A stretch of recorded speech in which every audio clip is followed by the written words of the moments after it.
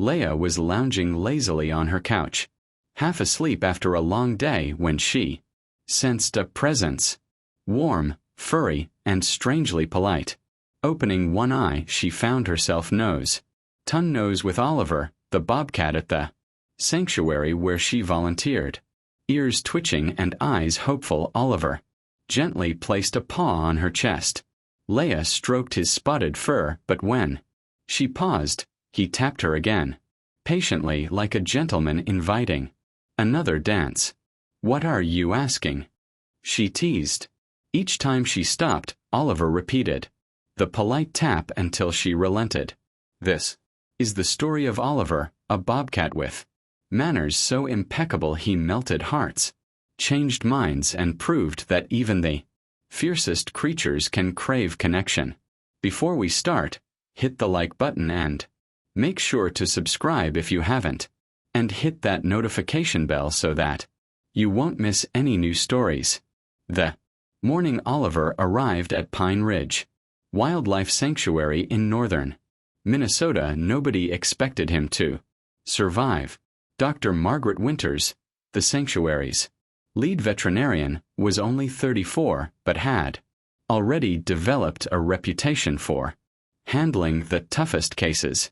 Even so, the sight of the young bobcat made her heart sink. Found him by Highway 61. Officer Bill Henderson explained, gently lifting the cardboard carrier. The 63-year-old conservation officer, just 2 years from retirement, had seen it all in his 4 decades of service.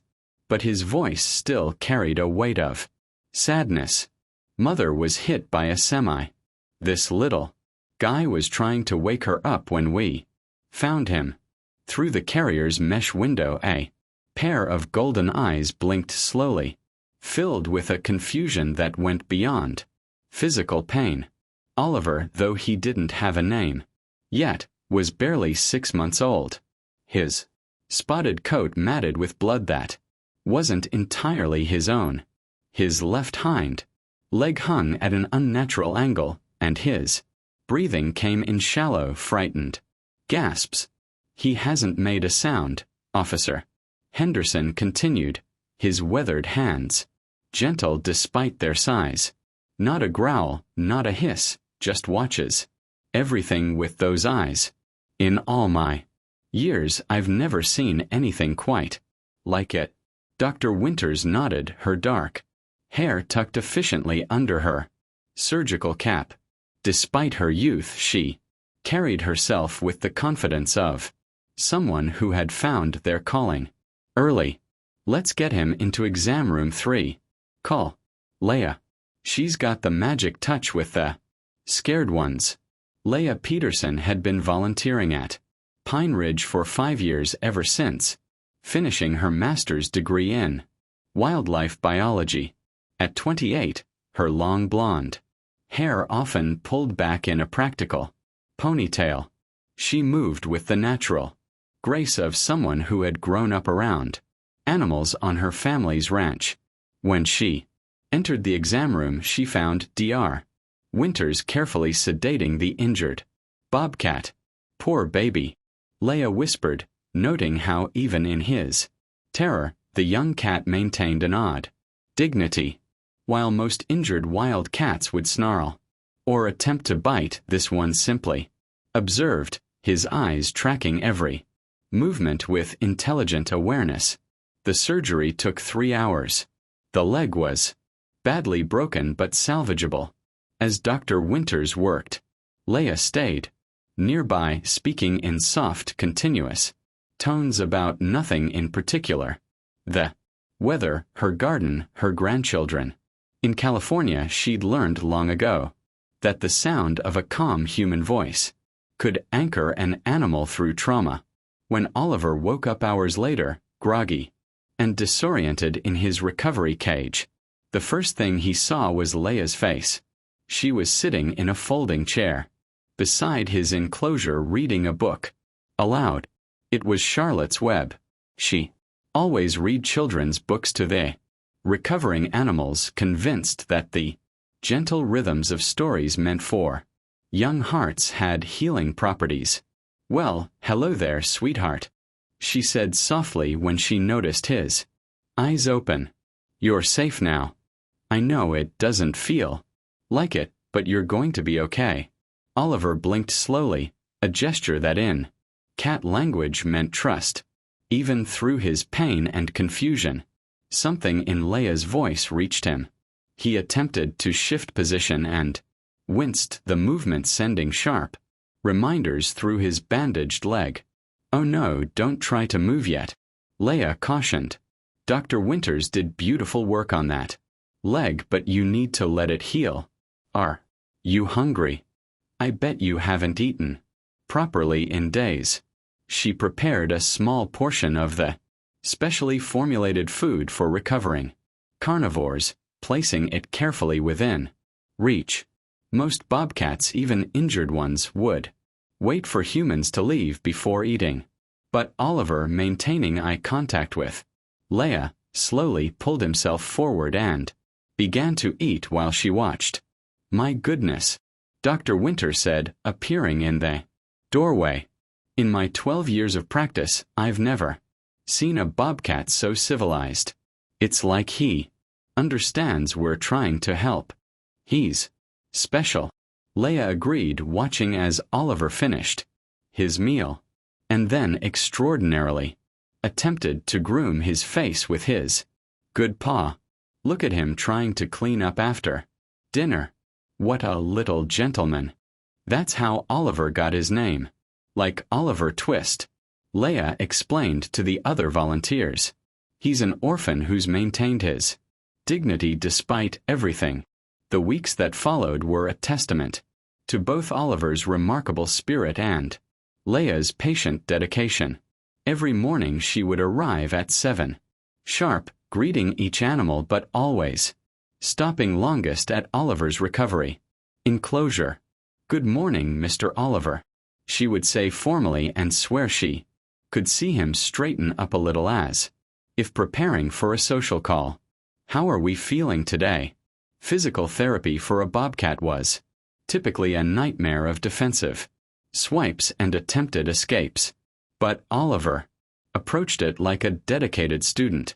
When Leia and Dr. Winters introduced gentle exercises to strengthen his healing leg, he would watch their demonstrations intently, then attempt to replicate the movements. "It's like he's taking mental notes," Dr. Winters marveled one afternoon, watching Oliver carefully place his injured leg down, test his weight, then look up at them as if asking, "Like this?" "He's always been a quick learner," Leia said proudly, as if Oliver were her star pupil. The truly extraordinary behavior began about 2 months into his recovery. Oliver had graduated from the medical ward to a larger rehabilitation enclosure, preparing for eventual release back into the wild. The space included natural elements, logs, rocks, a small flowing stream designed to maintain wild instincts. One afternoon, Leia was sitting on a bench inside the enclosure observing Oliver's progress. He could walk without limping now, could even manage short sprints. She was making notes on her clipboard when she felt a gentle pressure against her knee. Oliver had approached silently, as bobcats do, and was now sitting beside her bench. Slowly, with deliberate care, he raised one paw and placed it delicately on her knee. Leia froze, clipboard forgotten. In 5 years at the sanctuary, she'd never had a bobcat voluntarily initiate contact. Carefully, moving like molasses, she lowered one hand and gently stroked Oliver's head. The purr that erupted from him was like a small motorcycle engine starting up. His eyes closed in absolute bliss, and he leaned into her touch with complete trust. "Well, I'll be darned," whispered Tom McCready, the sanctuary director, who had been watching from outside the enclosure. "Lila, I think you've got yourself a bobcat who thinks he's a house cat." From that day forward, Oliver's requests for affection became part of his daily routine. But what set him apart wasn't just that. He wanted to be petted. It was the impeccably polite way he asked for it. He would approach Leia and only Leia at first with measured steps, sit down at a respectful distance and then reach out with one paw to gently tap her leg or arm. If she was distracted, he would wait patiently, occasionally offering another soft tap like someone politely clearing their throat. He's like a Victorian gentleman. Leia laughed one day as Oliver performed his ritual. "May I have the honor of your attention, madam?" The other volunteers initially didn't believe the stories. Wild bobcats simply didn't behave this way, so Leia began inviting them to observe, always warning them to move slowly and speak softly. Betty Kowalski, a 55-year-old volunteer who had been skeptical, became a convert the day Oliver approached her while she was cleaning his enclosure. He just walked up, sat down pretty as you please, and put his paw on my boot. Betty recounted in the break room, still amazed. "When I petted him, he purred so loud I thought my hearing aid was malfunctioning." Word of the polite bobcat spread through the sanctuary community. Visitors began requesting to see Oliver, though Tom was strict about limiting interactions to protect both Oliver and the guests. But for the regular volunteers and staff, Oliver's affection requests became a highlight of their day. Dr. Winters developed a theory. He lost his mother so young, right at the age when bobcat kittens are learning social behaviors. But instead of becoming antisocial, he's created his own protocol for interaction. It's fascinating. He's essentially invented bobcat etiquette. Oliver's vocabulary of polite requests expanded over time. Single paw tap meant, "Please pet me." 2 taps meant, "Please don't stop." If someone was eating lunch nearby, he would sit at a respectful distance and slowly blink, never begging, just expressing polite interest. The most remarkable display came during his 6-month evaluation. The question of release weighed heavily on everyone's mind. Oliver was physically capable of surviving in the wild. Now his hunting instincts were intact. He efficiently caught the live prey released into his enclosure for practice. But his socialization with humans was unprecedented. "He's not a pet," Tom reminded the assembled staff during the meeting. "Our mission is rehabilitation and release. But is it ethical to release an animal who's formed such strong bonds?" Dr. Winters countered. "He comes running when he hears Leia's voice. That behavior could be dangerous. In the wild." Leia sat quietly through the debate, her heart heavy. She wanted what was best for Oliver, even if it meant losing him. That afternoon she sat in his enclosure for what might be their last quality time together. "They're trying to decide your future, Oliver," she told him as he performed his ritual paw tap request for attention. "I want you to be free to live the life you were meant to live. But oh, I'll miss you something terrible." Oliver seemed to sense her sadness. Instead of his usual position beside her, he did something unprecedented. The 100 PB bobcat carefully climbed onto the bench and curled up with his head in her lap, purring like distant thunder. "You ridiculous, wonderful creature," Leia whispered, tears streaming down her face as she stroked his spotted fur. "What am I going to do without my afternoon gentleman caller?" The decision came from an unexpected source. The Minnesota Department of Natural Resources contacted Tom about their education program. They were looking for an ambassador animal, one who could help teach the public about bobcat conservation without stress or danger. He'd be perfect, the program director said after observing Oliver's interaction with the volunteers. We've never seen a bobcat so comfortable with human presence. He could help us change people's perceptions about predators. And so Oliver's role transformed. Instead of being released or kept in sanctuary limbo, he became Minnesota's first official bobcat ambassador. A special enclosure was built that allowed him to retreat from public view when needed, but also included a comfortable area where he could interact with educators and special guests. Leia was officially designated as his primary handler, a title that delighted her. It's like getting to work with my best friend every day, she told her parents during one of their weekly video calls. Who else gets to say their colleague is a bobcat? The education programs were an immediate hit. School children who arrived, terrified of the wild animal, would leave enchanted by the polite bobcat who sat like a gentleman and demonstrated how to ask nicely for what you want. See how Oliver asks permission before approaching. Leia would explain to wide-eyed kindergartners. He's showing us that even fierce predators can have good manners. The highlight of every presentation was when Leia would demonstrate Oliver's petting protocol.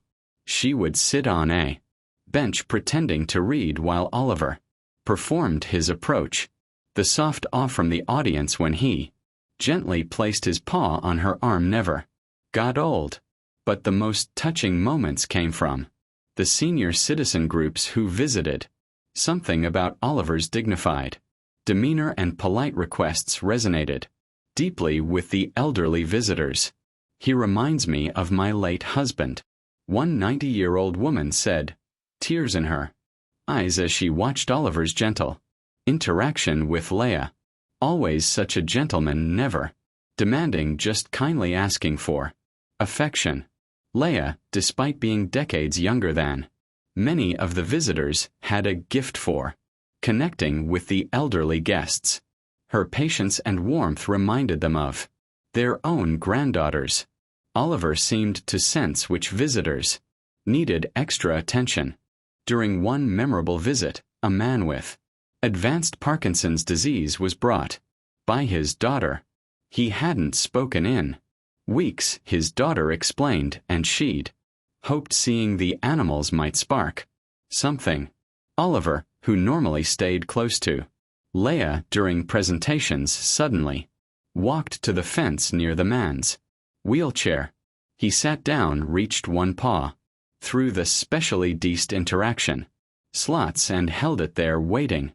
With tremendous effort, the man lifted his shaking hand and touched Oliver's paw. The bobcat purred so loudly it resonated through the enclosure. "Dad!"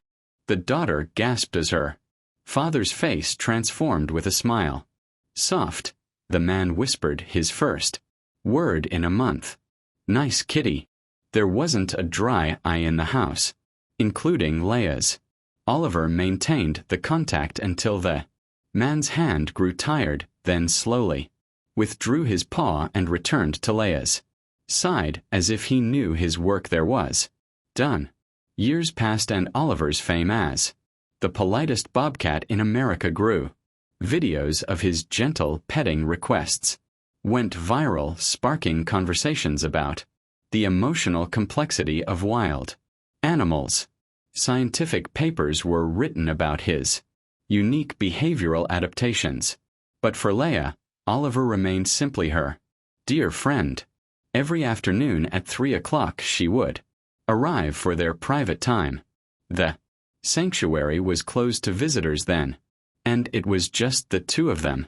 On this particular afternoon, the one where our story began, Leia was more tired than usual.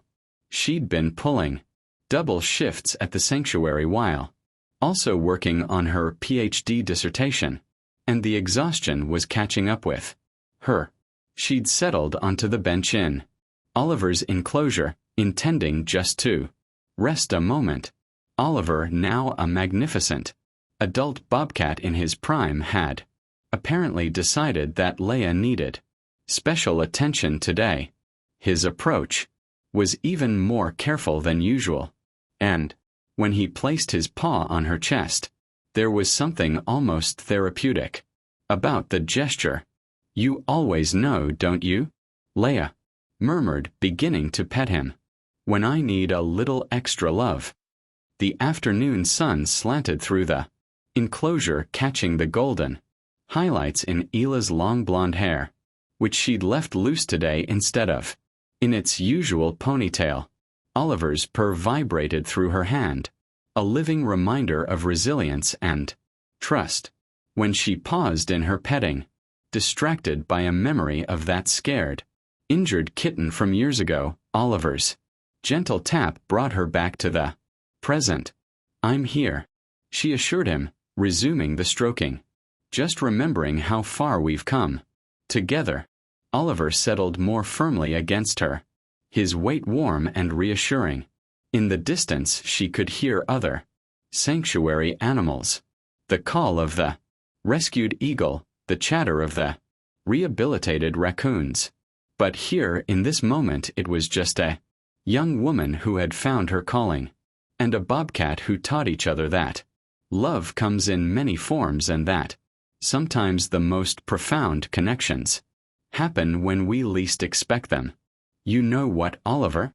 Leia said softly, scratching behind his tufted ears just the way he liked. "Think you've figured out something most humans never learn. It's not about demanding love or taking it. It's about asking gently, accepting gratefully, and always remembering to say, please." Oliver's only response was to purr louder and place his paw once more on her chest, right over her heart. And Leia understood perfectly. In the language they developed together, part human, part bobcat, all love. He was saying thank you. As the sun set over Pine Ridge Wildlife Sanctuary, painting the Minnesota sky in shades of rose and gold, other volunteers began to arrive for evening feeding. They smiled at the familiar sight. Leia and Oliver, the wildlife biologist and the gentleman bobcat, sharing their daily ritual of quiet affection. "Still at it, I see," Tom called out, grinning. "Always," Leia replied, not looking away from Oliver's contented face. "Some friendships are worth maintaining properly." And Oliver, the most polite bobcat in America, purred his complete agreement. After all, he'd learned from the best that good manners and a gentle heart could overcome any obstacle, even the divide between wild and tame, between human and animal, between loss and love. In the end, that's what made Oliver's story so special.